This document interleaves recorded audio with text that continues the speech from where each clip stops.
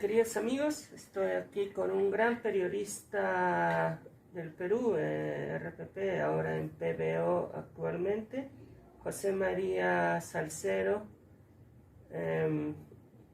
Gracias por tu tiempo, por más conocido como Chema. Chema, ese es mi nombre comercial, digamos. Sí. Y te agradezco la mención. No, por favor, al contrario. Al contrario.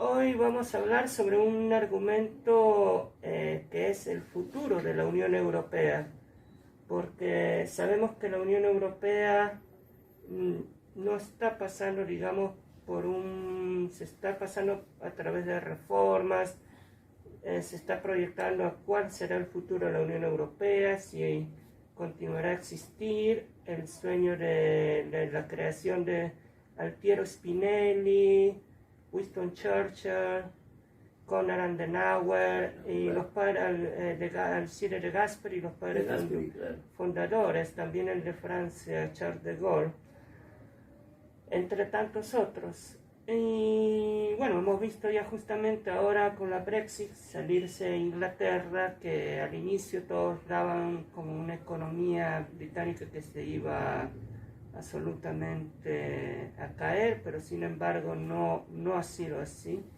a pesar de estar fuera de la Unión Europea.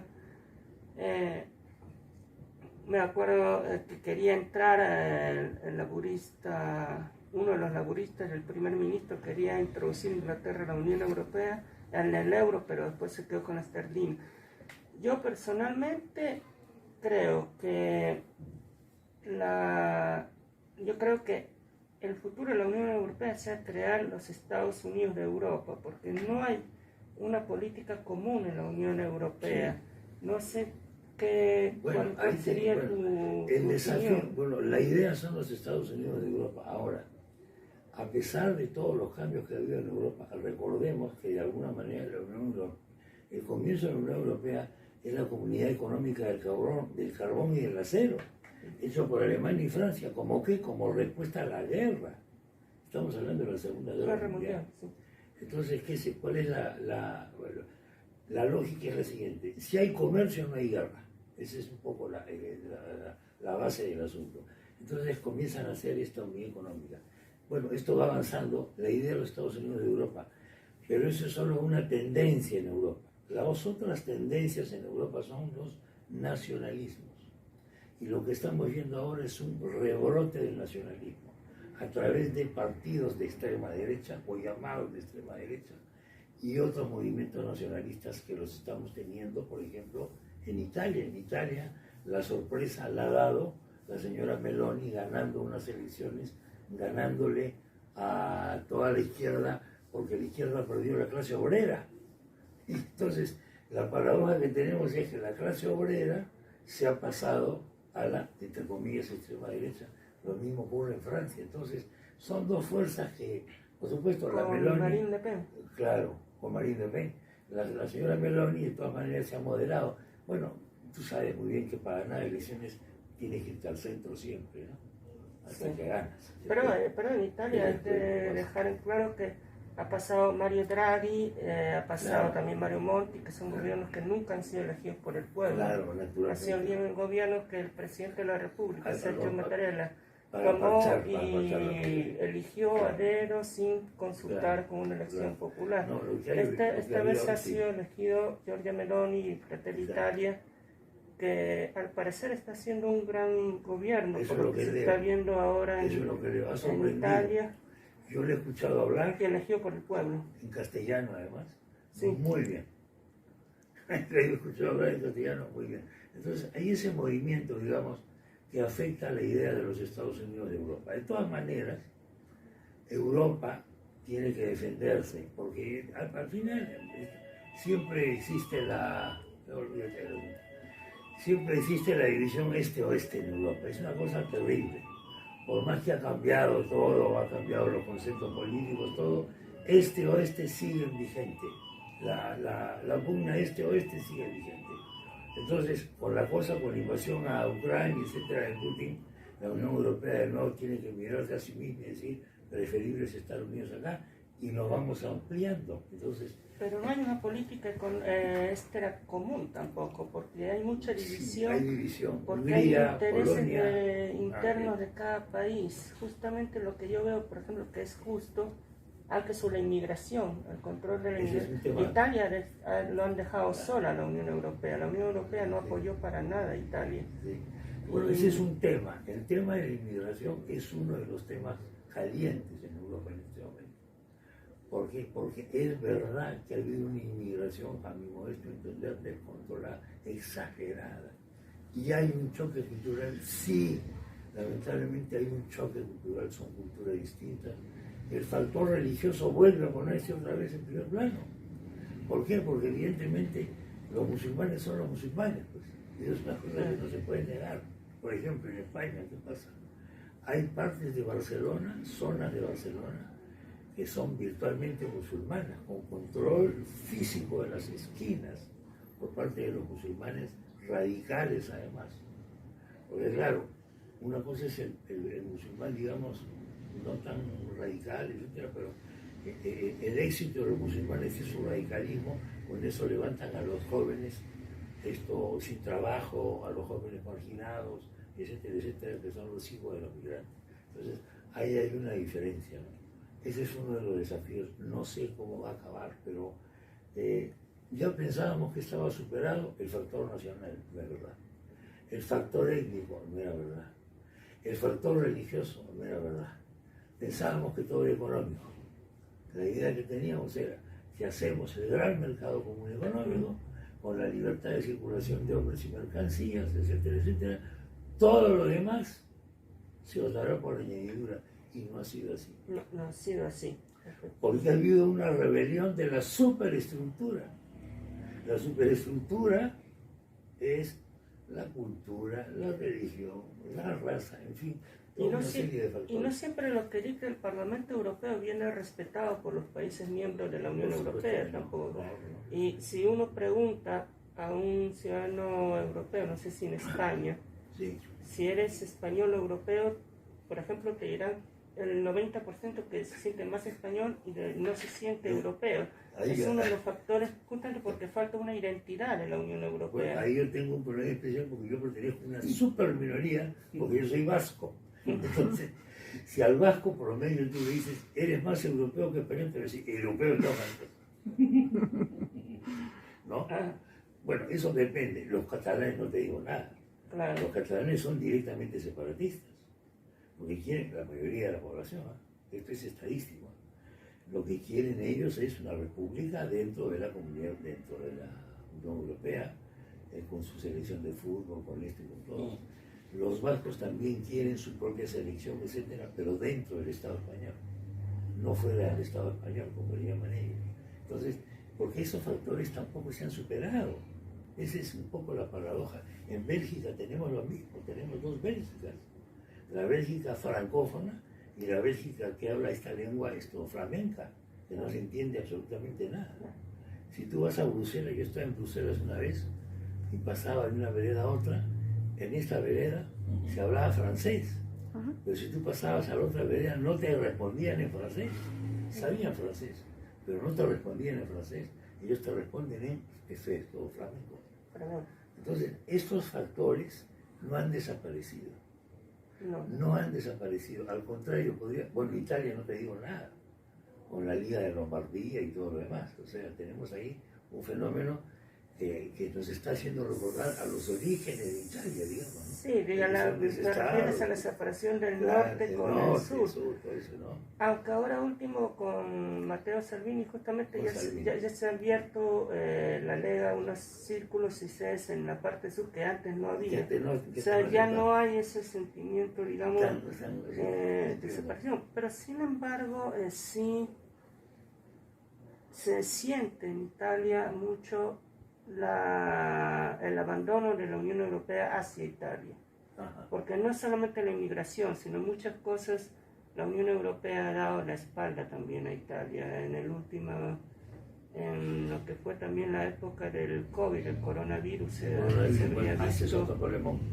Se había visto Alemania que detuvo, digamos, las mascarillas hacia Italia por un periodo el envío de las mascarillas, entonces ahí ya hubo, digamos, en la Unión Europea no hubo un pronunciamiento. Aparte tenemos Hungría también con Orbán. No, Hungría es otro que, mundo. Orbán que digamos en la política externa no va mucho de acuerdo con lo que decide la Comisión Europea en lo que es política. Es la oveja negra, Orbán, y Polonia más o menos también. Polonia más o menos también, ¿no? Polonia no atraca mucho con esto, con esta cuestión, pero Orbán directamente es el disidente, ¿no? Y es antieuropeo, directamente es antieuropeo. Claro, por lo tanto, yo creo... nacionalista, pues. ¿Tú qué piensas?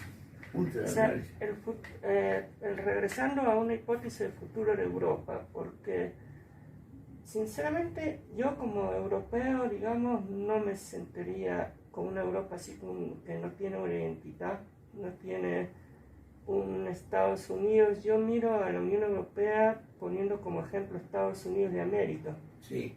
Aunque muchos me han dicho que es otra historia diferente porque era la guerra de secesión, la independencia que se firmó en la ciudad de Filadelfia en 1776, de George Washington, es otra tradición, pero sin embargo la manera de funcionar como estados federales de la Florida tiene sus mismas leyes, que California tiene sus mismas leyes, que el estado de Florida no puede entrar al otro estado sin una autorización, digamos, la parte de la policía administrativa. La policía tiene que pedir permiso. Solo el FBI claro, puede a nivel provincial.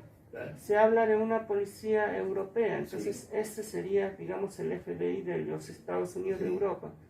No habrían embajadas de España o de Francia en el exterior, habría embajadas de los Estados Unidos de Europa. Si se crean los Estados Unidos de Europa como Estados Unidos de América. Claro, hoy día tienes y una sola voz, sobre todo, o sea, una política exterior, porque el interés sería de todo un país. No es tan fácil, creo eso, no es tan fácil, porque hay mucho movimiento nacionalista que se ha revivido. El problema son las migraciones. La gran amenaza de Europa, por un lado, es Putin para allá. Esos son tanques, y los tanques se pueden bombardear. Pero la otra son las pateras africanas, las lanchas africanas, que no puedes bombardear. ¿No? Y que hay un tráfico de migrantes que vienen de África. Oye, por ejemplo, Bilbao, que mi ciudad es una pequeña ciudad de 350.000 habitantes. La comunidad africana más grande son senegaleses, altos. Esto es senegalés, por ejemplo. Yo solo he comprado un pata, me cayó simpático. Bueno, hablar su castellano. Marruecos también, la frontera con Sevilla, ¿no? Porque ahí hay una frontera con España que... Claro.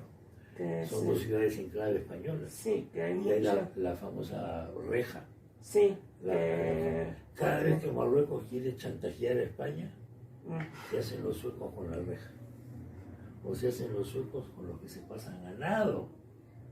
¿Puedes creer eso? Se van a nado a Ceuta y Melilla. Y entrando en territorio español ya se acabó todo. Y ahí ya no pueden hacer nada la policía, nadie. Tienen que darle de comer, de vestir, de todo. Y ahí en la Unión Europea también hemos visto muchos casos que cuando Marruecos quiere, digamos, ¿cómo se podría decir? Quiere hacer un rescate a España. Sí. Muchas veces he visto ahí también que la Unión Europea le da la espalda a España y lo deja solo a resolver sus conflictos con Marruecos. Claro, lo que ha pasado con el gobierno socialista en España es que han traicionado una bandera que era tremenda, en general de toda la democracia española, que era apoyar al pueblo saharaui. El Sáhara es un pedazo que era la última colonia de España en esa parte del norte de África, que cuando ya Franco estaba en las últimas, estaba en cama moribundo, es invadida por los marroquíes. Y al final España retira su ejército, porque al ver no es una masacre descomunal. Retira su ejército, pero siempre estuvo España proponiendo la autodeterminación del Sáhara, ¿correcto?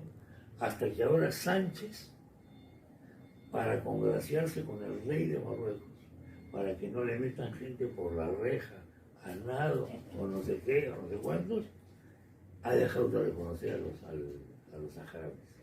hubo una fuerte oposición también en el Parlamento a raíz de eso, creo. Claro, un lío tremendo. ¿Por qué? Porque es un cambio radical. La política exterior española era más bien de reconocimiento a los saharauis. Claro. Los saharauis tienen el apoyo de Argelia. Sí. Entonces, cuando Sánchez decide cambiar la política y darle la razón a Marruecos, Argelia le corta el gas. El gas a España. Le corta el gas, porque España no depende tanto del gas ruso como si en parte del gas de Argelia. Y se arma ahí un lío. Entonces, ese tipo de cosas todavía subsisten. Parece que estamos hablando de 1850. No, y aquí hay otro ejemplo. Acá hay otro ejemplo también, lo que acaba de decir lo del gas con Argelia, porque ahora que me acuerdo, a Sánchez en la Unión Europea lo dejó solo también. Lo dejó solo con el problema del gas con Argelia, claro. Y nadie intervino. Entonces, esos son los factores que de repente llevaría a la Unión Europea hacia una ruptura, ¿crees tú? ¿O no crees que existirá todavía la Unión Europea? No creo que lleguen a romper, porque primero los americanos, o lo que queda de ellos, no sé, no lo van a permitir. Pero no sé si Estados Unidos sigue con esta pugna Trump, lo que hablábamos hace un instante. Estados Unidos le conviene a la Unión Europea. Necesita a la Unión Europea de todas maneras. Necesita tener un bloque, necesita tener la OTAN, pero como la OTAN es un pacto defensivo u ofensivo militar, la OTAN necesita tener una cobertura ideológica, una racionalización, para que no se muestre solamente con un montón de tanques apuntándole a Moscú. Y eso sería la Unión Europea. Yo creo que sería la Unión Europea. Bien, desde acá ahora. ¿Hasta qué punto se puede acelerar la decadencia de Estados Unidos? Yo creo que puede tardar. Porque Estados Unidos sigue siendo Estados Unidos. O sea, no nos vamos a engañar cuando ¿qué crisis económica, por favor? Ha quebrado el banquito este de Silicon Valley. Pero claro, ese banquito, según me contaba ahora el Chacho Hidalgo en mi programa, el capital de ese banco es como si fuese la suma de todos los bancos peruanos. Y ese es un banco pichiruchi. Bueno, es que también ahí, Estados Unidos tiene una cosa que los grandes no pueden caer porque caería la economía americana. Entonces, lo que pasa es que a los bancos pequeños no les hacen muchos controles, no como los hacen a los bancos grandes de Estados Unidos. Se endeudan, etcétera, es correcto. Y claro, y este banquito no representa nada. Pero volviendo un poco, tú como, aparte de mí como español y como europeo, ¿cómo te sientes más europeo? Porque déjame decirte, yo personalmente a veces creo que es mejor, además una vez escribí algo sobre Italia fuera del euro. Sí, porque hay fuera países, del euro. Del euro, solo del euro. En el sentido que hay países que son de la Unión Europea, pero no son de la moneda del euro. Sí, naturalmente. Rumanía, bueno, el caso más típico era muchos otros países. Inglaterra lo era también. Claro, Inglaterra también lo era. Dinamarca, si no me equivoco, también tiene su misma moneda.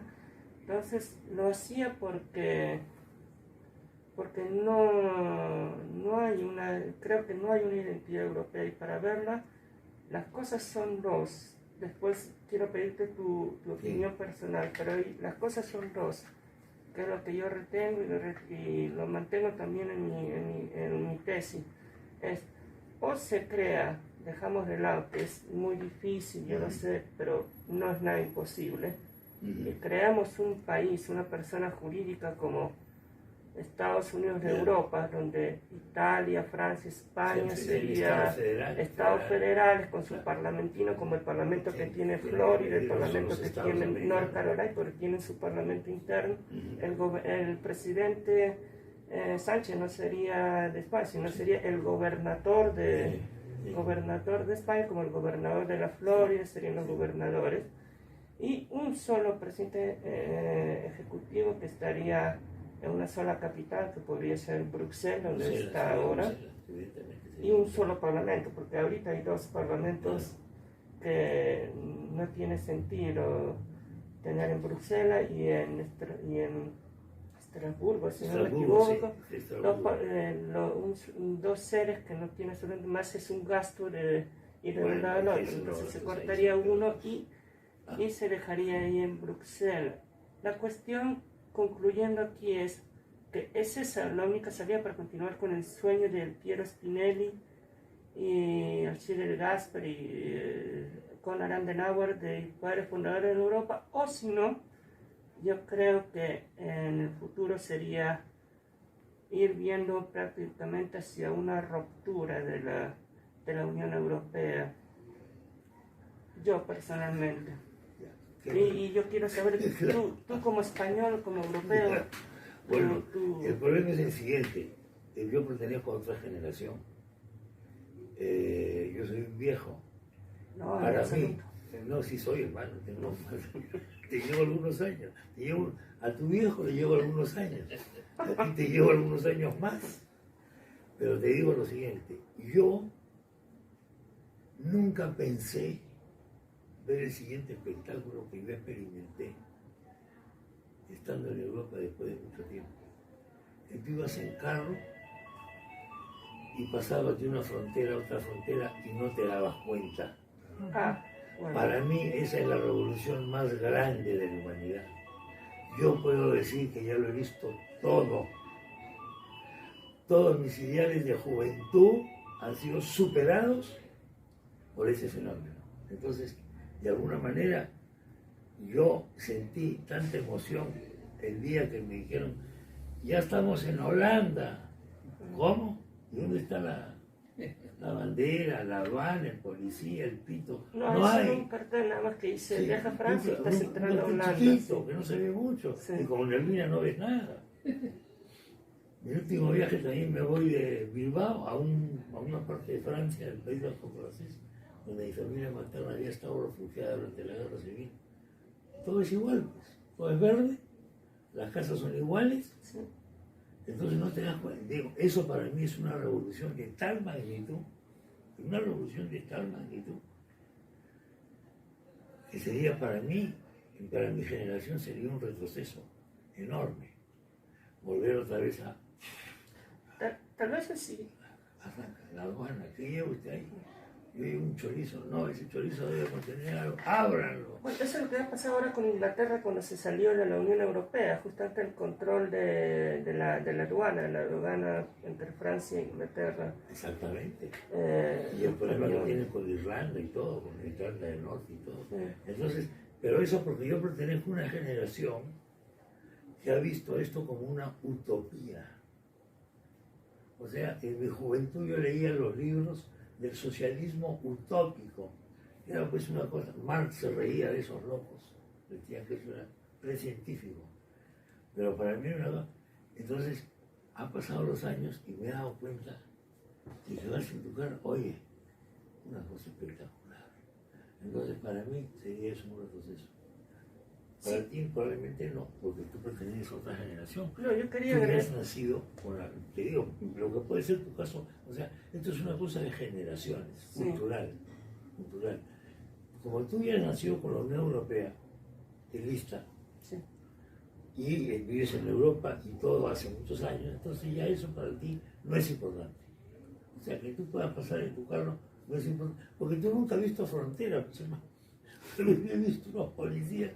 Cuando tú entrabas a España en la época de Franco, eran unos policías que te miraban así y decían, ¿qué me va a pasar? Bajando al aeropuerto nomás, ¿no?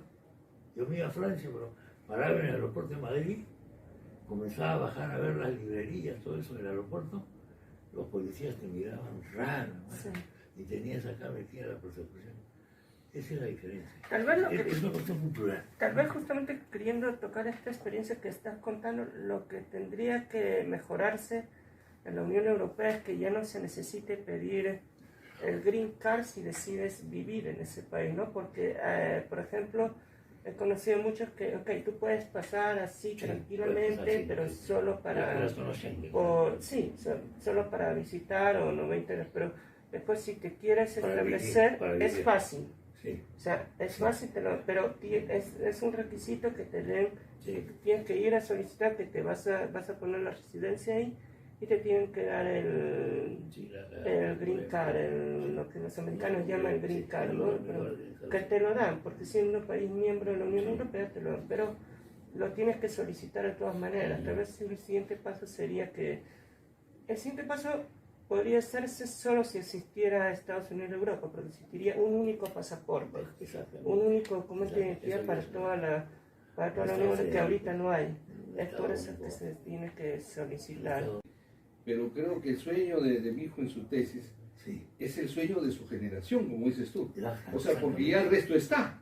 Pues, o sea, el resto está, entonces el hecho de que tú tengas la posibilidad de trabajar... Yo soy un conservador. Claro, no, pero mira, ya está todo, entonces el hecho de trabajar sin necesidad de hacer trámites, ir como cualquier ciudadano, vivir todo, eso también ya está en camino, ya está. No, pero lo que dice... se hace solo si se hace un país único. Ese es el sueño de una generación que en política quiere ser un Estado unido, porque ya el resto lo tiene.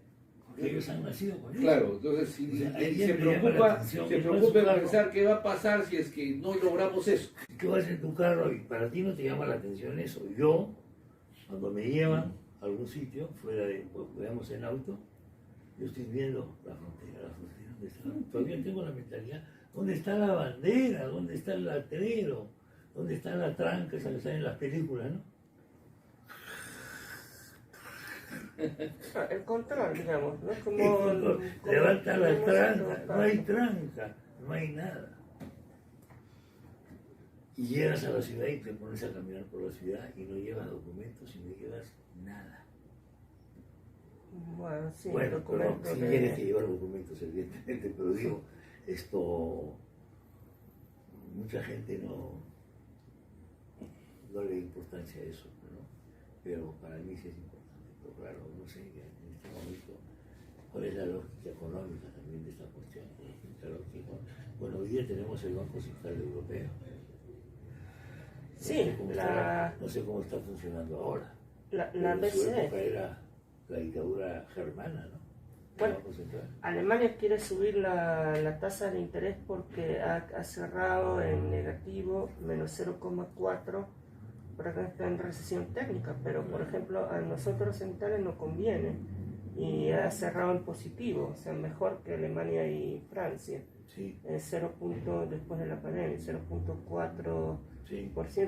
Justamente con Giorgia Meloni ha hecho mejor que, con Fratelli Italia ha cerrado mejor que Alemania y Francia juntos. Ahora, justamente con un gobierno elegido por el pueblo.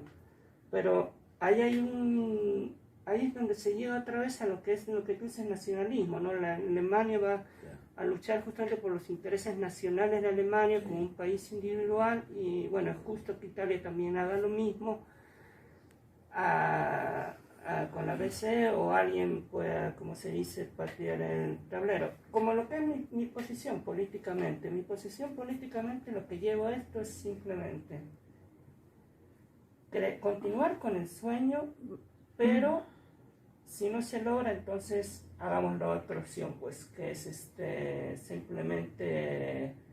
simplemente cada país por su lado y no existe la Unión Europea. Esto es la idea. ¿Cuándo nos veremos en la Fontana di Trevi? Cuando gustes. Haber compartido también tu opinión como gran periodista también en Perú y también como parte de la Unión Europea como español. Sí, es verdad, hemos compartido muchas ideas y muchos puntos a favor y en contra de la Unión Europea. Esperemos que la Unión Europea vaya bien. Esperemos.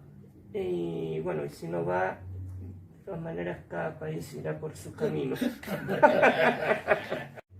Well, I'd like to say thank you to Chairman Salcedo, José María Salcedo, for his opinion and expression. He's one of the best journalists, and thanks for your opinion like a journalist and like European citizen from Spain. Well, we talked about the future of the European Union, and we got some different. We talked about different ideas and I hope the European Union can go in the one street in only one country, or maybe in the future, I don't know if the European Union doesn't exist in the future, once country is gone on his way. Thank you. Assolutamente ringraziare Cema Salcedo, lui è un grande, uno dei migliori giornalisti.